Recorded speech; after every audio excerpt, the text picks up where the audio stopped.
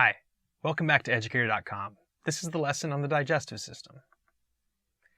Functions of the digestive system include ingestion, the act of physically putting food into your mouth, that's ingesting. Mechanical breakdown starts in the mouth, that's with the teeth, with the tongue. When you swallow food, your stomach does mechanical digestion. That's anytime you're ripping, tearing, crushing food. So that's the physical breakdown. Digestion itself, if we look at like what causes digestion to occur, mechanical breakdown does assist with it, but on a microscopic level, it's the chemical breakdown that really gets it done. That's enzymes, acids, all those molecules that physically break down macromolecules, larger molecules, into the tinier ones that you can absorb into the bloodstream and actually provide your body nourishment. Secretion. Throughout parts of your digestive tract, all the way up in the mouth with saliva, all the way down to the large intestine, you are secreting items. Glands are physically releasing substances, fluids, enzymes, other molecules into your digestive tract to assist with the breakdown and movement of this food through there. Absorption, the opposite of secretion. You're physically absorbing those nourishing molecules, those nutrients, into your bloodstream so that you can stay alive. And excretion, that's releasing waste out the exit hole. The alimentary canal is a fancy way of saying your digestive tract, or your GI tract, gastrointestinal tract. So either of these terms or digestive tract is acceptable. And when we look at this tube from the mouth all the way to the end, all of these are connected to each other. Some parts of it are a little expanded or twisty-turny or really long, but all of these are in sequence. Later on, I'll cover the accessory organs that are off to the side of the tract, like the liver and the pancreas. So of course it starts with the mouth. You swallow food, it goes down the pharynx, right in here, and then into the esophagus. If it goes down into the larynx trachea, you have a problem, and you could be choking or aspirating, and that's no good. Once food and liquids go down the esophagus, they enter the stomach. From the stomach, we go through the small intestine, the longest portion, percentage-wise, of the GI tract.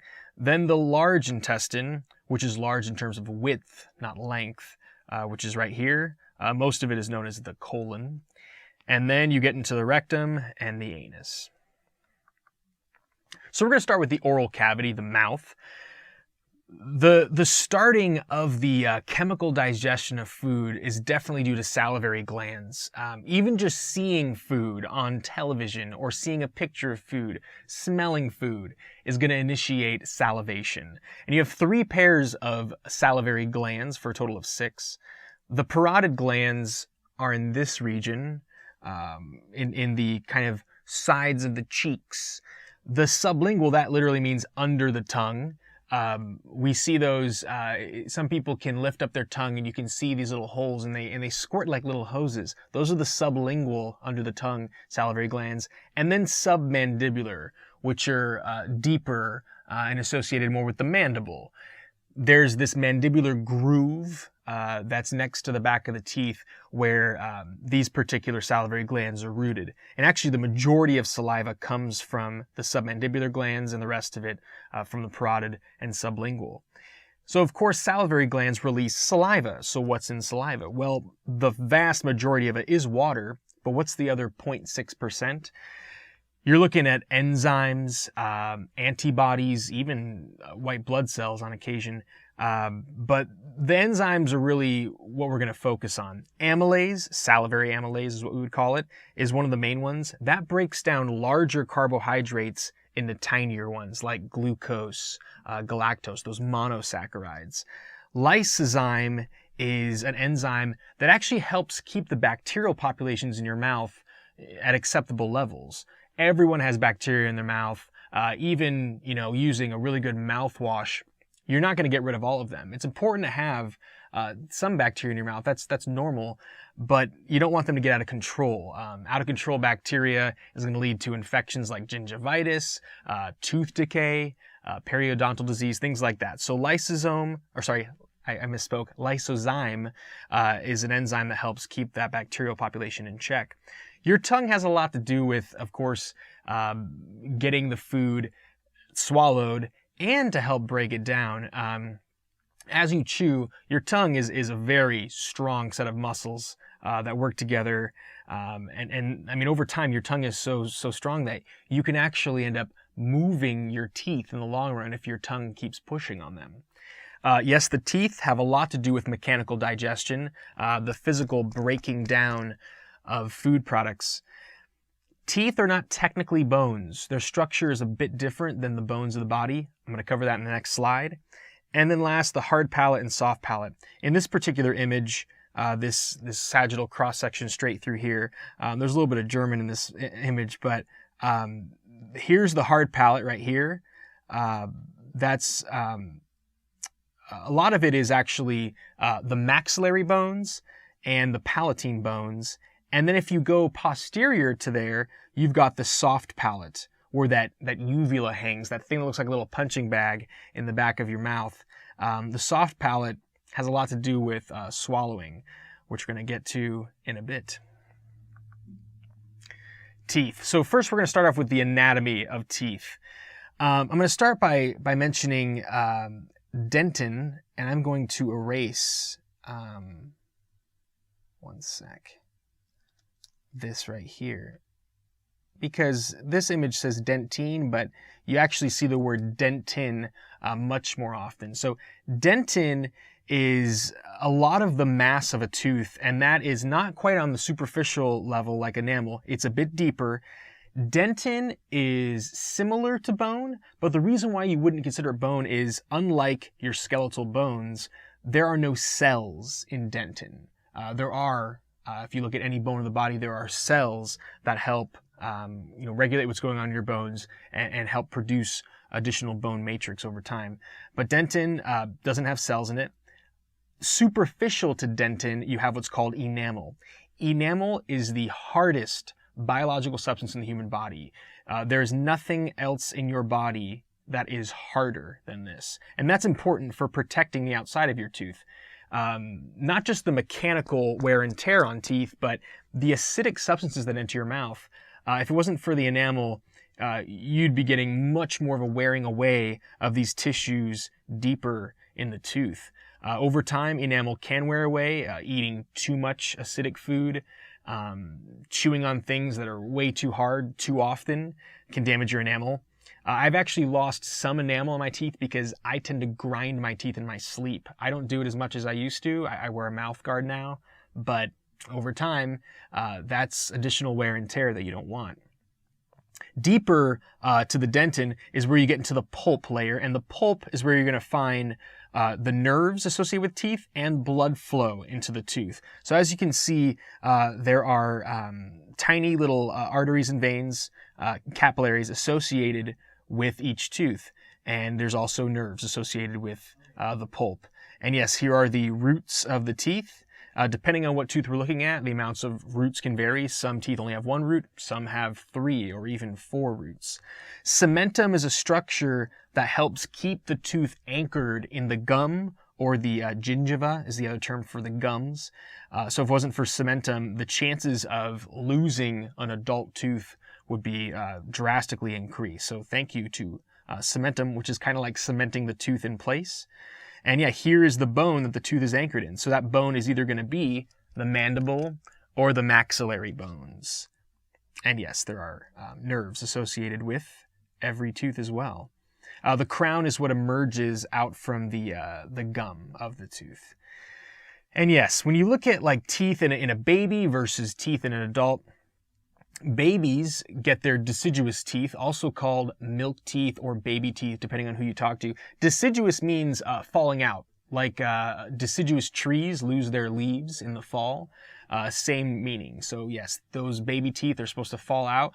They typically start falling out by the time you're 7 or 8 years old, and they can keep falling out in through high school or higher grades. Even some adult people still have deciduous teeth. That's not that common, but you tend to get around 20 deciduous teeth. That can vary slightly depending on the person, but 20 is about average.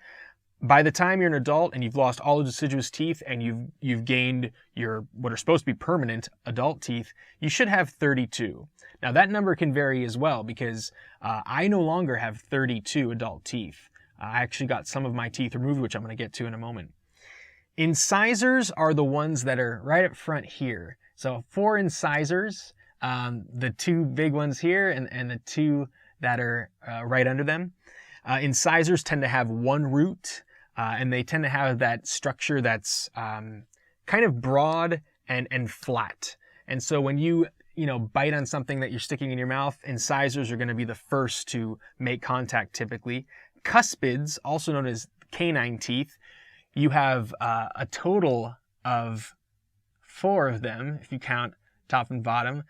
They're right on the sides of the incisors. My canines, not as sharp as they used to be because, like I told you about grinding my teeth, that literally wore away the sharpness of my canines. And some people's canines are sharper than others. These also tend to have 1 root. Bicuspids, a little further, not quite to the molars, but bicuspids have 2 cusps, meaning when you look at the surface of them, it looks like they have 2 points instead of 1 point like on a canine. Bicuspids can have kind of a double root like this. And then molars, all the way in the back on the top and bottom. The molars, those tend to have numerous points. They tend to be broader, more for grinding of plant material. And if you compare different animals in the animal kingdom, an animal like, let's say a giraffe, which eats plant material its whole life, you're going to see teeth in its jaw that resemble our molars, but they're going to be kind of the whole surface. Yes, in the very front of a giraffe's mouth, you will have teeth that resemble the front of ours, but the majority of their teeth are meant for grinding, that plant material. But then you look at something like a canine, a dog, it's no coincidence that they're called that because they have much more sharper teeth for tearing flesh because, they tend to hunt and kill live animals. We are meant to be omnivores, omnivorous, meaning eating animal materials and plant materials instead of one or the other. And that's why we have that variety as humans. We have some sharp teeth and some flatter, broader teeth for both kinds of foods. Now, when I said that I don't have 32 teeth anymore, I got all 4 of my wisdom teeth removed. And that's a term for teeth in the back. Some people don't get all 4. Some people are born with less. It's just a genetic factor, maybe having something to do with the development in the womb, in utero as well. But my wisdom teeth, as they were coming in when I was in early high school, I was probably about 15, they were impacted, meaning as my wisdom teeth were coming in, the last of my adult teeth, they were pushing against the other teeth. So let's say this is a molar that was not quite in the back, and here's the gum line. Here's the gum line, and then there'd be another tooth over here. But the back part, the more posterior portion of my jaw, had a tooth that wanted to grow in this way, like it was pushing on my molars. And so the dentist said, hey, if we let this continue its path, over time they're going to keep pushing on those molars that are closer to the front and cause you a lot of pain, discomfort, and can actually disrupt the placement of your teeth. So they went in and removed all 4. So I actually have 28 adult teeth instead of 32. When it comes to swallowing, there are 4 main contributors to the action of getting food that you've been chewing up and salivating on back into your pharynx and esophagus. So the tongue, major contributor. If you look at what happens in this sequence, in this sort of sagittal depiction, you can see that this is the tongue here. And the tongue, as you swallow, it tends to brush up on the palate, mostly the hard palate, and push backwards. So swallow right now, and you'll see what I'm talking about. Pay attention to what your tongue's doing.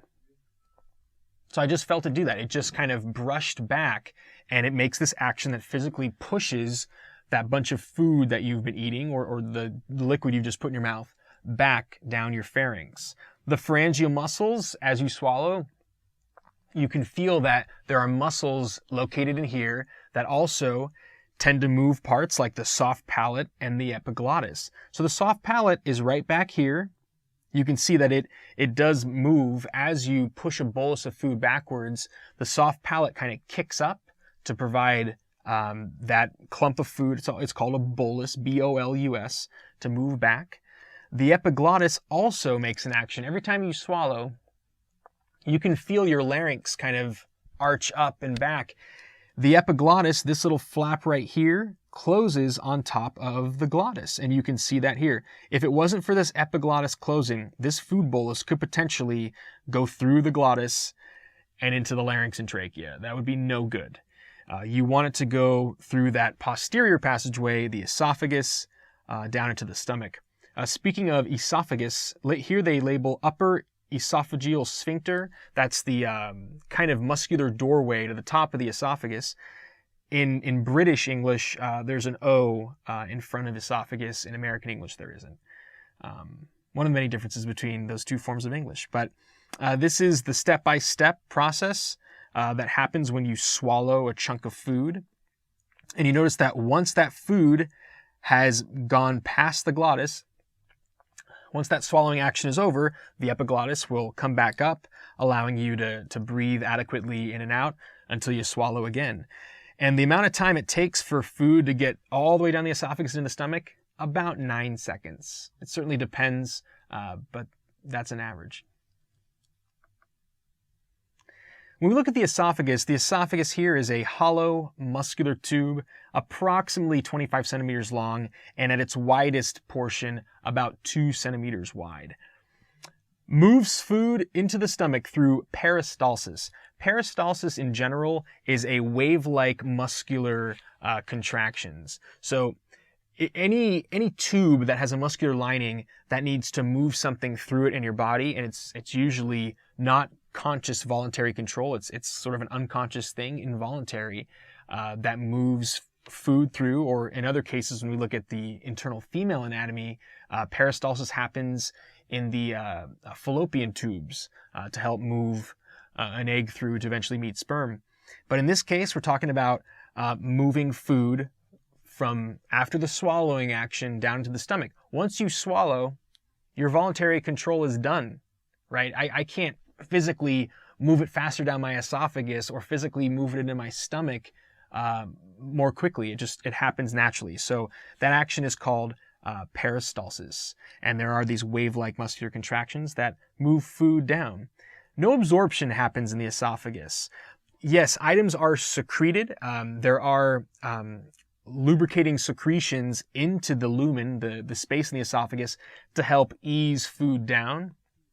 But you do not do absorption of nutrients here. The first place that happens is actually in the stomach, and then further down.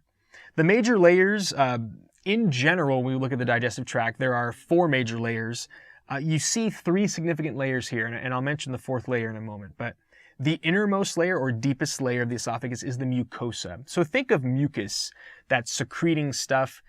That's in the innermost part. So the mucosa layer, deepest. Submucosa, just superficial to that. It's a supporting layer for the mucosa. The submucosa oftentimes is going to have blood flow in there, lymphatic tissue as well, which has to do with protection, the immune response. And then the muscular layers are superficial to that. And without that muscular layer, you're not going to get that peristalsis happen to move food and liquids down. There's an additional layer when you look at the stomach and further on down the GI tract. It's called the serosa. The serosa is absent from the esophagus. You don't see a significant serosa there, but the adventitia, that layer of tissue on the superficial most part of the esophagus, does have connective tissue that anchors it to the dorsal body wall. So the esophagus is really close to your back. It's close to the spinal column. The vertebrae of your spine. You want to keep your esophagus anchored. You don't want to have it moving around within your body. You want it staying put. So in general, serosa in the other parts of the digestive tract allow connection of those organs to the organs around them, and also provides stability for the outer part of the organ. So once you have food and liquid exiting the esophagus, it's going to go into the stomach. Right here at the top is something called the lower esophageal sphincter. It's the lower part of the esophagus, and a sphincter is a muscular doorway into the stomach. It's not very tight. In some animals, it's much tighter. I've heard that in horses, that sphincter there is very tight and they're unable to vomit. You want it to be tight enough to keep, the food you're digesting in the stomach, but if you've eaten something that is not good for your body or too much of something, your body sometimes has a need to expel it. And I'll talk more about that vomiting reflex in a bit. But in general, the stomach is a J-shaped organ meant for storage of food, temporarily, mechanical and chemical breakdown, and emptying of chyme into the small intestine. Chyme is a mixture of gastric juice produced in the stomach and your partially digested food. A lot of digestion happens in the stomach. It can happen further on down as well. So chyme is exiting the stomach into the small intestine on a daily basis. In terms of mechanical and chemical breakdown, remember, mechanical is the physical movement that mashes or crushes something. The stomach is filled with muscles that churn, and your stomach does that without you having to think about it.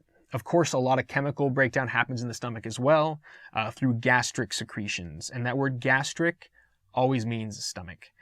4 layers, like I mentioned earlier: mucosa, most deep layer where that mucus is coming from; submucosa, the supporting layer just superficial to that, that's going to have the blood flow and lymphatic access, and also nerves going in there. Muscular layers, of course, those are connected to nerves because without stimulation of the muscles to contract, they're not going to move. You actually have 3 different orientations of muscles. You have circular muscles, longitudinal muscles, oblique muscles wrapped around the stomach in various ways that maximize the ability of it to churn. The serosa is the outermost layer on the outside, the most superficial layer that's protective and helping to anchor the stomach in place. The stomach is slightly to your left. People oftentimes touch this part of their abdominal area. They're really touching where their abdominal muscles are and where it's mostly small intestine bundled up. The stomach is actually superior to that and slightly lateral, slightly off to the left. Your liver is slightly to the right. The 4 regions of the stomach: cardia, fundus, body, and pylorus. You can see the labels here in this image from Gray's Anatomy. The cardiac portion has to do with the area of the stomach that's adjacent to that esophageal opening. The fundus is the part of the stomach that actually lies just superior to that opening. The body is this area in here. That's where food tends to rest, where chyme is going to be built up, a very acidic mixture of gastric juice and partially digested food. And the pylorus is the part of the stomach that leads to the pyloric sphincter, which is the opening into the small intestine. One more thing I want to mention before moving on is the pyloric sphincter, its closing and opening is very important because having food stay in the stomach not only is good for breaking it down further and making it easier for your small intestine to break it down and absorb, but also a disorder has been discovered in certain people who tend to become obese. And the small percentage of the population, they have a disorder where their pyloric sphincter is too loose. It lets food exit the stomach too quickly. You want food to stay in the stomach for a little while because there's a signal that goes to your brain that says, hey, we've eaten enough, we can stop eating for now. This meal is over, effectively. But if food is exiting the stomach out through the pyloric sphincter too quickly, your brain doesn't have time to get that signal, and these people tend to overeat. So an operation that tightens the pyloric sphincter can actually help them better regulate their appetite. So that's an interesting little discovery pertaining to the pyloric sphincter and the tendency to become obese. I just mentioned this about the lower esophageal sphincter right here. My bad, I mixed it up. The lower esophageal sphincter is right there at the bottom of the esophagus, and here is the pyloric sphincter. My bad. Pyloric sphincter right here, and the lower esophageal sphincter up top is going to be right here. That doorway into the stomach, and here's the doorway out of the stomach. If you look carefully in the mucosa layer of the stomach on the inside, there are these little folds called rugae. These folds increase the surface area within the lumen or the space of the stomach. Just like in other parts of the body where you see increased surface area, more tissue means more absorption, more secretion. So having all these rugae maximize the ability of the stomach to release gastric juice for digestion. Also, as the stomach expands, the more food you put in it, the rugae, when they stretch out, that allows, greater expansion of the stomach with ease. Gastric pits are these little holes in the rugae where you're going to get gastric secretions. And in those pits, you find gastric glands. Two main cells, a part of these gastric glands, parietal cells and chief cells. Parietal cells have a lot to do with the release of hydrochloric acid into the lumen of the stomach. And we can call the mixture of this and other things gastric juice. The interesting thing about parietal cells is if they produced and made hydrochloric acid within the cytoplasm, within the inside of that cell, that parietal cell, that hydrochloric acid would be enough to actually physically damage the parietal cell and break it down. So interestingly enough, the parietal cells send out the H+. So remember, if you took chemistry, HCl is made of H+ and Cl-. So this particular cation and this anion together make hydrochloric acid. When they're separated, it's really not hydrochloric acid. So the parietal cells send out the H+ and the chloride ions, the Cl- separately, and then they join together once they're getting out of that gastric pit, and then together in the stomach. That hydrochloric acid has a lot to do with digestion and keeping the acidity of the stomach high. Amazingly, there's an alkaline buffer, alkaline meaning basic, the opposite of acidic, that keeps the stomach from digesting itself. So that buffer is good for the stomach not wearing away over time.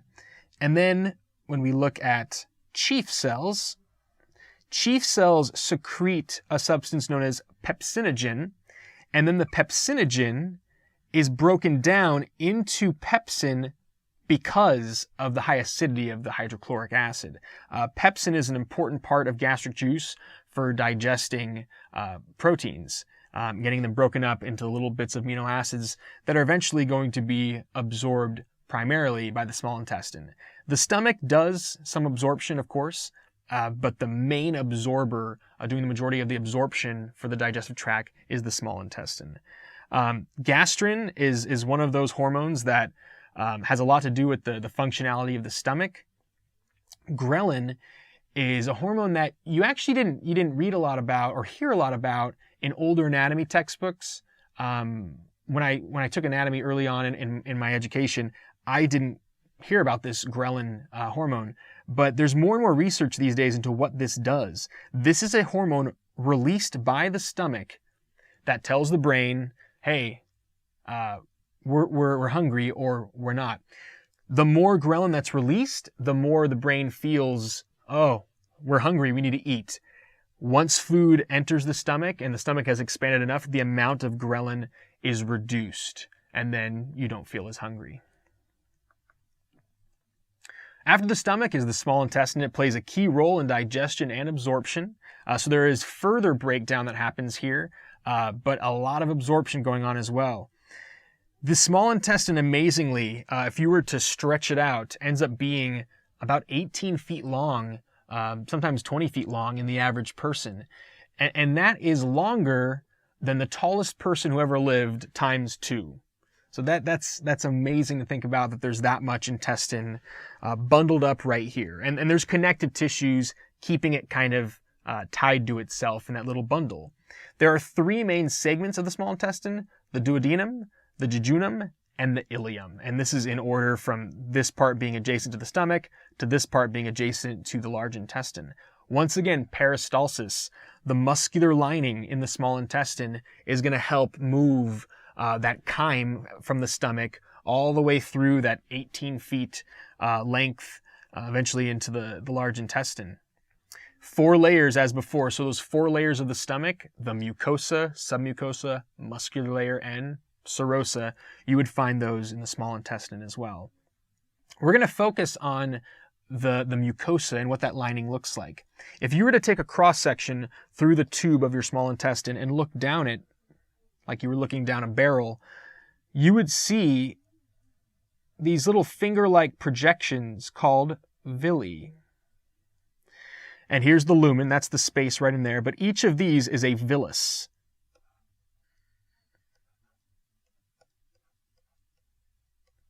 And villi is plural. So villus, and then all these are villi, look like little finger-like projections. And then when you zoom into one of them, so here's one of those villi. If we zoomed into the surface of one single villus, there are little tiny microvilli on each of the cells of this epithelium. So here's a layer of epithelium that goes all the way around the border, and this just further increases the surface area. I've heard that the surface area in all of your small intestine, if you were to, once again, like I mentioned with the lungs in the previous lesson, if you were to open up all of that surface area and lay it out flat like you were tiling a floor, it would be close to the square footage of a comfortable 4-bedroom home. That's amazing to think about, that that's all in your small intestines. So each of these villi have microvilli that further increase the ability to break down chemically the chyme, the digested food that's coming in, and to absorb it effectively into each of these villi. In each of the villi, and microvilli are on the border, you're going to have blood flow. Of course, blood flow coming into here. That's how you get it into your bloodstream. The nutrients enter the bloodstream and then are delivered to all the cells. And you're also going to have something called a lacteal. So this green projection, this lacteal, enables your lymphatic system, the immune system, to have access to these villi. And that's important in case something traveling through your digestive tract is harmful to you, a potential harm in terms of it containing bacteria or viruses. So this lacteal is another way that your body can defend yourself from foreign particles or pathogens that have entered your digestive tract. When you get to the end of the small intestine, and later on I'll come back to how bile factors into the small intestine in terms of breaking down fats, but when you get to the very end of the small intestine, the ileum, you reach the appendix. So you can see from this Gray's Anatomy diagram, here's the ileum. This is the end of the small intestine. Here's the entrance into the colon or the large intestine. And right here, something called the vermiform process or vermiform appendix. Vermiform means worm-like, and it does kind of look like a little worm. The appendix is a small worm-like sac located near the opening into the colon, large intestine, and it's a vestigial structure. If you took biology, you know that a vestigial structure is kind of like a remnant of some part from an ancestor that is reduced in size and it's of less importance, and sometimes it's completely useless. There are different theories about how useful the appendix is. The best theory I've heard is that we still have this left over from one of our ancestors from millions of years ago. If you look back at the anthropological record, if you were to ask a paleoanthropologist, somebody who specializes in the fossils of human ancestors, they'll tell you that some of the ancestors dating back millions of years ago did not eat cooked meat. They ate, of course, vegetation, but they also ate animal tissue without cooking it. And you're introducing a lot more bacteria into your body by not cooking animal meat. They think that this particular sac was a bit larger in those ancestors, and that was conducive or helpful to the process of digesting that raw meat. And over time, when our ancestors finally started cooking meat, that changes the proteins in terms of like breaking down some of that stuff prior to putting it in your body, prior to ingesting it. And that heat also kills off all the bacteria. So we think that the size of this has gradually been reduced over millions of years, and maybe one day in our descendants, it could be gone. It's hard to say how long it will take for that to happen, but the interesting thing is that when you do get it removed because of an infection, many doctors will caution the person and say, hey, now that we've removed your appendix, it's a good idea that you don't eat sushi right away, or be careful with introducing raw animal tissues, because you're a little bit more sensitive when you're missing your appendix. Now, that might hit people differently depending on who the person is. But an appendicitis is an infection of the appendix. Too much bacteria inside of there can cause it to swell and get inflamed to the point where it pops, it bursts, and that could kill a person. An appendectomy is the removal of the appendix. And since it's vestigial, since it's typically not needed, there's no harm in removing the appendix.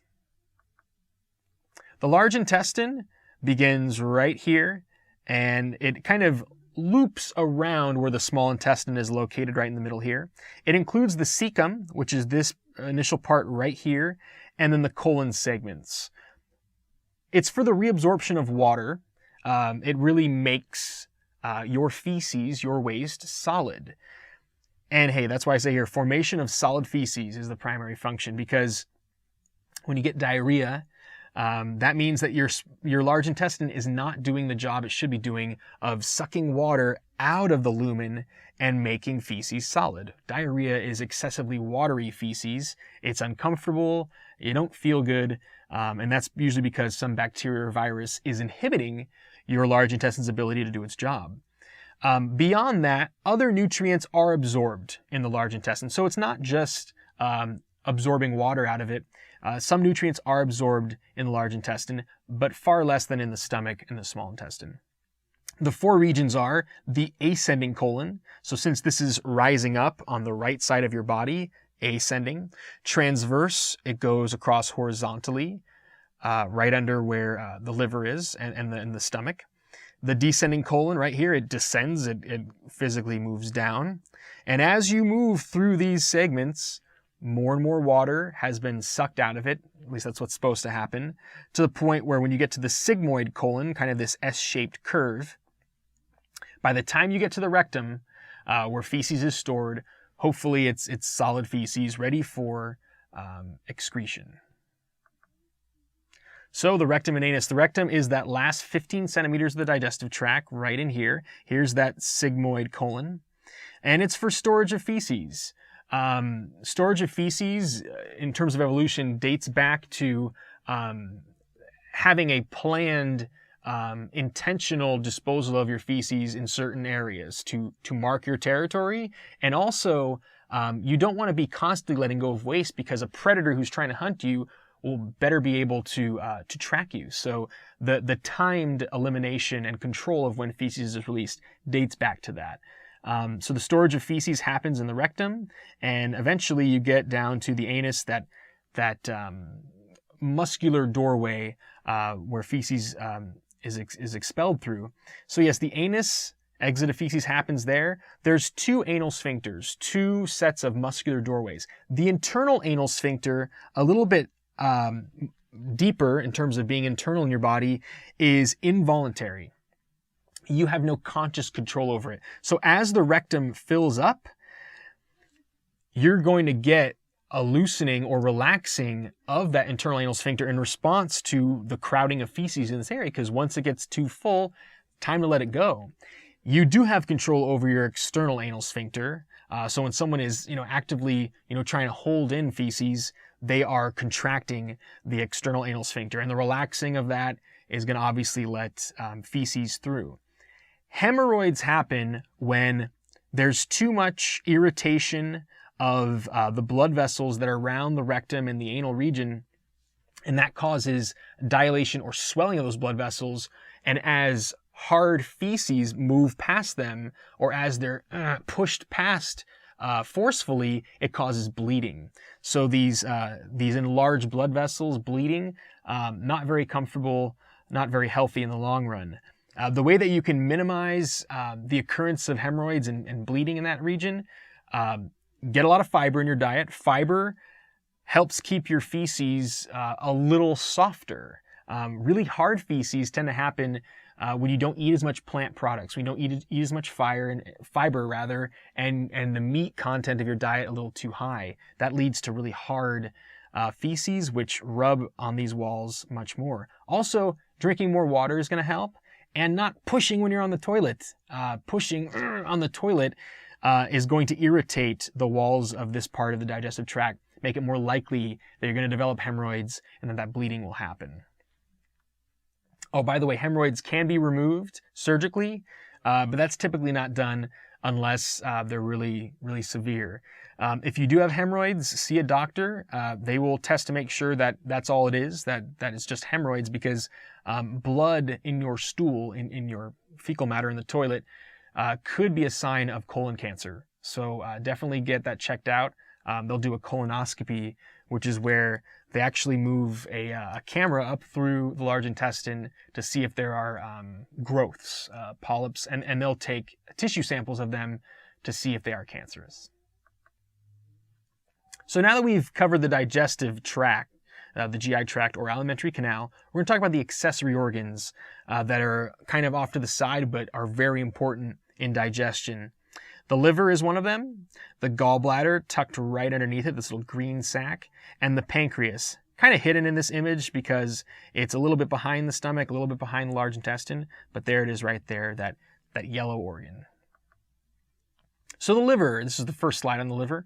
It is the largest visceral or internal body organ. The largest one would be the skin, but a significant sized organ, slightly off to the right side of the superior part of your abdominal cavity. 2 lobes. Here's one. The larger one is on the right, and this one a little bit more centrally located. They are separated by the falciform ligament. It's like a white band in between the 2 deep, dark, reddish portions of the liver. One of the reasons the liver is such a deep, dark red organ is the high amount of blood flow. Lots of blood flow to the liver all throughout the day. If you take all the blood out of the liver and look at that organ from a dead body, it still has a reddish purplish tone, but when it's in a living being, very red as an organ. About 25% of your blood at any given moment could be in the liver. Hepatocytes are liver cells. That word hepato always pertains to the liver, and they're located within lobules. If you take a cross-section of the liver and look at what's in it with a microscope, there are these little round regions called lobules, and then in there you have hepatocytes, you have lots of blood vessels, you have lymphatic tissue in these little clusters, and that's how the liver is arranged microscopically. The major functions of the liver. It's no coincidence it's called the liver. Without it, you're not gonna live. It has many, many functions. Carbohydrate, lipid, and amino acid metabolism. So it assists with the breaking down of all of these macromolecules, all these different organic molecules that you eat on a daily basis, and it also has to do with the storage of glycogen. So your glucose levels in the bloodstream have a lot to do with the action of your liver. Glycogen is a large polysaccharide. It's like analogous to starch in plants. So starch is how plants typically store sugars. We store it as glycogen. And if you haven't eaten in a long time, or maybe you've gone for a long run, your blood sugar levels might be low. So your liver is stimulated to break down glycogen in individual little glucoses that are sent into the bloodstream. You also do store some glycogen in your muscles, but there's a lot of it in your liver. You also do store lipids over time. One way that you can get too much lipid storage in your liver is abuse of alcohol over time can lead to developing a fatty liver. The liver will actually get enlarged and take on a whitish appearance because of excess lipid storage. And in the long run, that enlarged liver could eventually get really bad and lead to cirrhosis, which I'm going to get to in a bit. Waste product removal. The removal of waste from your bloodstream happens significantly in the liver. Bile production. Bile, which I'll talk about more in a bit with the gallbladder, has to do with the emulsification of fats, breaking down fats into tinier bits that make it easier for enzymes to break them down and absorb them. Vitamin storage, A, B, K, B12, these vitamins are stored in the liver. Yes, you need to consume those in your diet. That's a matter of keeping yourself healthy. If you don't get enough in your diet, you're going to be releasing them out of the liver to supplement your cells with those particular vitamins. Breakdown of drugs, alcohol, drugs, whether legal or illegal, your liver is breaking them down. The reason why some medications that are prescribed need to be taken once a day or 4 times a day, it has to do with the speed at which the liver breaks down the drug. My dad worked for a company, a pharmaceutical company, that figured out if they just added a certain molecular component to the drug they had already made, it would slow down the liver's ability to get rid of it, to physically break it down and eliminate it through waste in the body. So yeah, just adding that little molecular component made it so that you only had to give 1 injection of this drug, per week instead of once a day or multiple times a day. So the liver has its own pace with how it breaks down alcohol, with how it breaks down drugs, and that has a lot to do with genetic factors and tolerance of the drug over time. More on the liver. Phagocytosis and antigen presentation. So this is part of your liver's ability to assist with your immune system. Phagocytosis, not just of foreign bodies that are coming into the liver through the blood flow in the liver, but also swallowing up red blood cells that are damaged. The phagocytosis or eating of red blood cells and breaking them down. And your liver assists with presenting antigens, usually protein components on the surface of foreign invaders or pathogens to assist with your immune system's ability to kill those things. Synthesis of plasma proteins. So yes, blood cells are made typically in the bone marrow, but a lot of the proteins that end up in the fluid of your blood produced in the liver. Removal of hormones. So hormones are released from all different endocrine glands throughout the body, but your liver has a lot to do with taking in excess adrenaline, insulin, and removal of those hormones from the body when they're no longer needed. Removal of antibodies. Antibodies are supposed to be in your bloodstream at certain times, and then other times they're removed. And antibodies allow white blood cells to adequately and efficiently attack foreign invaders. So antibodies, the amazing thing is when your liver takes them in to remove them from your bloodstream, your liver can break down the antibodies into individual amino acids because antibodies are made of protein, and then your liver can reuse those amino acids to make other proteins, for instance, plasma proteins, so they can recycle those little bits. Like I mentioned earlier, the removal of red blood cells, very important. The breakdown of those red blood cells is going to lead to the formation of bilirubin, which has been discussed in another lesson that I went over. And then the removal, storage of toxins. Stuff in your bloodstream that doesn't belong there, toxic substances, your liver is going to be able to remove that. One example is hydrogen peroxide. There's so many things your liver can remove, but hydrogen peroxide is broken down by an enzyme called catalase, and the liver of every living being, not just humans, contains catalase, the enzyme that breaks down H2O2. Next, the gallbladder.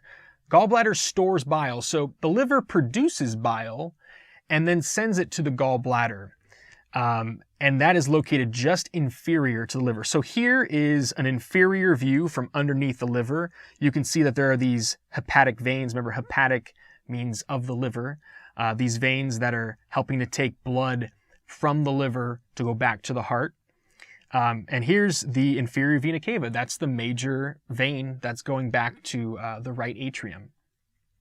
The common hepatic duct is what's going to take bile from the liver to the gallbladder, and then the common bile duct connects the gallbladder to the duodenum, or the duodenum. The duodenum is that first part of the small intestine, which you're going to get a better view of when I show you the pancreas slide. If it wasn't for that common bile duct, you wouldn't be getting bile into the small intestine. And that bile is made from a lot of different sources. One of the sources is cholesterol. It contains a variety of things like bile salts. And the bile in general, like I said earlier, emulsifies fats. So the emulsification of fats is a fancy term for breaking down lipids into smaller bits that make it easier for enzymes to further break them down into tiny chemical bits for absorption into the small intestine. So that bile helps break down fats big time. And you're going to get a lot of bile in the duodenum. You produce something like 1 liter of bile per day on average. And that bile can creep up into the stomach because the duodenum is right next to it. And bile can also be found further down the line in the small intestine. Bile can also be reabsorbed from the intestines, and it can actually go back to the liver and can be recycled throughout the day. Some people do get their gallbladder removed. I'm going to talk more about gallstones. The reason why you don't need a gallbladder is as long as the common hepatic duct is still connected through the bile duct that takes it to the duodenum, you do not need that temporary holding sac for the bile. So I know people who've had their gallbladder removed, but their liver's still producing it and still sending it down into the small intestine. The pancreas. This is an endocrine organ. It has a lot to do with hormones, but it also is a definite part of the digestive system. It lies posterior, just behind the stomach, in between the duodenum and the spleen, which is a lymphatic organ, part of your immune system. It's about 15 centimeters long. It's pinkish gray, and it's got a body and a tail. So here's the body of the pancreas. The tail is kind of that tapered part that's closer to the left side of your body. But you can see, hey, here's the duodenum, the beginning of the small intestine. Your spleen would be right over here. It produces digestive enzymes and buffers. So here are some examples of the enzymes that are produced and sent out through the pancreatic duct. You can see that this connects to the duodenum just like the bile duct connects to the duodenum. Pancreatic alpha amylase. This is very similar to salivary amylase in your saliva. This helps break down sugars. Pancreatic lipase, named after the fact that it helps break down fats. Nucleases are enzymes that break down DNA and RNA because when you're consuming plants or animal products, they have DNA and RNA too. And the proteolytic enzymes, also known as proteases, that's one of the main kinds of these enzymes, they help break down proteins. So some digestive conditions and disorders. Gastritis is an irritation or infection of the stomach. It is curable. Antibiotics can help with that, of course. Ulcers. Ulcers, it doesn't just happen in the stomach. They can happen in various parts of the digestive tract. It's a wearing away of the lining. It can be very painful, and there can be even some internal bleeding. There was this myth years ago that stress caused ulcers.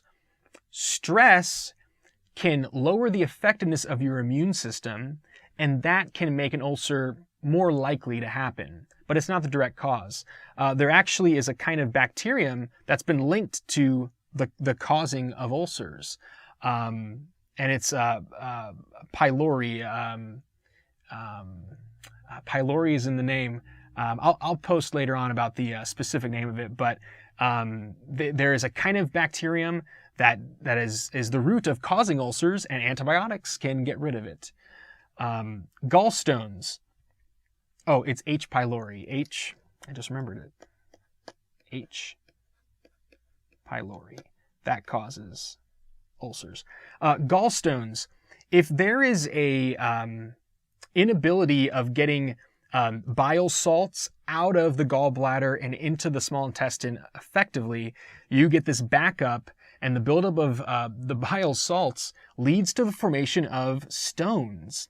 This is a gallbladder that's been taken out of a person's body. You can see they're literally stones, hard deposits that's caused this backup. So this person is still able to get bile out of their liver to the small intestine, but this needed to be removed.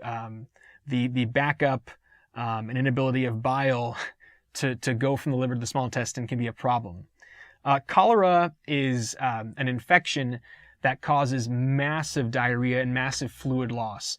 This, in the past, killed many more people because, the discovery of antibiotics and getting rid of the bacteria that can cause cholera has saved many lives. But cholera, if untreated, can dehydrate a person so much that it kills them. Hepatitis is an infection of the liver. Hepatitis A, B, C, D, or E. A is the least harmful type, typically, but hepatitis in general, infections of the liver, can be deadly because the liver is an organ that's very important. Jaundice.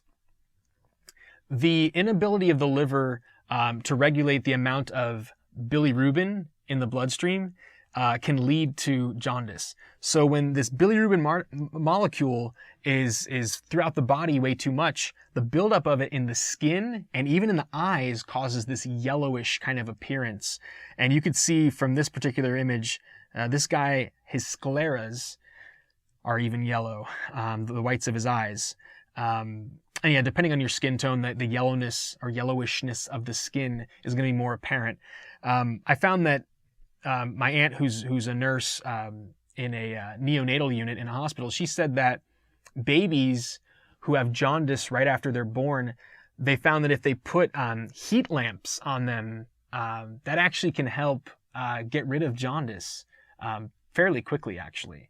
So jaundice is something that is curable, but the yellowness, not very pleasant. Cirrhosis is liver disease. That's a liver that has been damaged over time by too many toxins, drug abuse, alcohol abuse over time causes cirrhosis. If you don't get a liver transplant, cirrhosis is deadly. Constipation is having feces that is just way too solid and too rough, and that backup and solid balls of fecal matter causes a backup, and it's hard to physically push it out. Like I mentioned earlier with hemorrhoids, getting more fiber, more plant material in your diet, whole grains, more water in your diet, and lessening the amount of meat intake can actually help a lot with constipation. Diarrhea, like I mentioned with the large intestine before, is a virus or bacterium that has inhibited your large intestine's ability to reabsorb water, and that excess water in your fecal matter is going to cause diarrhea. Lactose intolerance. There are genetic links to lactose intolerance where the amount of lactase, the enzyme that breaks down lactose in dairy products, is just not as high in certain people as it is in others. I have no problem digesting lactose. I can eat a lot of cheese or ice cream and I feel fine.